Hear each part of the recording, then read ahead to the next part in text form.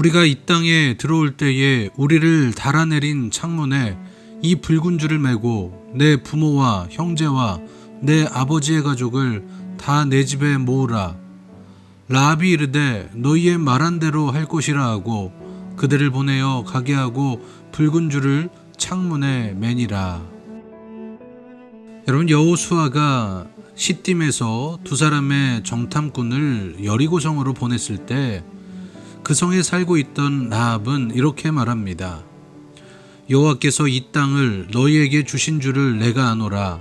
우리가 너희를 심히 두려워하고 이 땅 주민들이 다 너희 앞에서 간담이 농나니 이는 너희가 애굽에서 나올 때에 여호와께서 너희 앞에서 홍해물을 마르게 하신 일과 너희가 요단 저쪽에 있는 아모리 사람의 두 왕 시온과 옥에게 행한 일 곧 그들을 전멸시킨 일을 우리가 들었음이니라.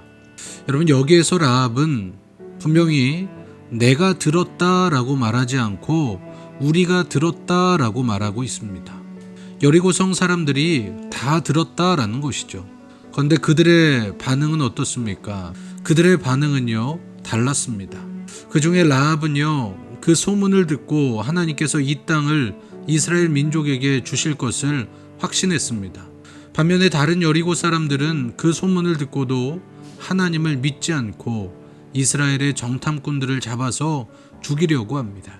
여러분, 하나님에 대한 소문을 듣는 사람들의 반응은 항상 이렇게 둘로 갈라집니다. 믿거나 믿지 않거나 받아들이거나 배척하거나 둘 중에 하나입니다. 다행인 것은 우리가, 특별히 우리 성산교회 성도들이 하나님에 대한 소문을 듣고 믿는 자리에 있다라는 사실입니다. 근데 여러분, 거기에만 머물러 있어서는 안 됩니다. 그냥 복음을 듣고 믿는다고 말로만 표현하는 정도로 만족을 하고 있어서는 안 되는 것입니다. 이스라엘의 정탐꾼들은 자신들을 도와준 라합에게 이스라엘이 여리고성을 공격할 때 창문에 붉은 줄을 매라고 이야기합니다. 그러면 그 붉은 줄을 증표로 삼아서 그 집안에 있는 사람들은 공격하지 않겠다라는 것입니다. 이 말은 여리고성에 들린 하나님에 대한 소문이 사실로 이루어질 때 그 소문을 듣고 믿었던 라합이 창문에 붉은 줄을 매달아 놓는 행위를 하면 살 것이고 그렇지 않으면 죽을 것이라는 말입니다. 다시 말하면 복음을 듣고 믿는다고 입으로만 고백할 것이 아니라 그 창에 누가 보아도 훤히 보이는 믿음의 증표인 붉은 줄이 매달려 있어야 한다라는 것입니다. 그 말을 들은 라합은요, 이스라엘이 공격해 올 때가 아니라 정탐꾼들이 그 집을 빠져나가자마자 창문에 붉은 줄을 매달았습니다. 이스라엘이 공격해 올 때가 밤중일지 새벽일지 알지 못하니 정탐꾼들을 돌려보내고 곧바로 믿음의 증표를요, 내보인 것입니다.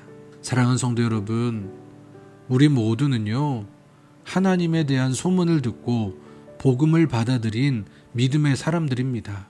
그러나 우리에게 붉은 줄이 있는지 내 삶에 믿음의 증표가 매달려 있는지를 우리는 매일의 삶 가운데 확인해야 합니다. 그렇지 않고 입으로만 고백하고 있다가는 하나님의 나라가 이 땅 가운데 임할 때 세상 사람들과 별다른 바 없는 인생으로 평가받게 될 것입니다. 오늘 하루 가운데 믿음의 증표를 매달 수 있는 귀한 하루가 되시기를 바라고, 그 믿음의 증표는 무엇입니까? 믿음으로 우리가 살아가는 것입니다. 하나님의 말씀대로 이 땅 가운데서 한번 살아가는 것이 믿음의 증표를 내거는 행위인 것입니다. 사랑하는 성도 여러분, 분명히 오늘 하루 가운데 그 믿음의 증표를 내걸고 살아가는 사랑하는 우리 성산교회 성도들이 되시기를 주님의 이름으로 간절히 축원하고 기도합니다. 하나님, 우리 성산교회 성도들이 믿음의 증표를 매다는 자들이 되게 하여 주시옵소서.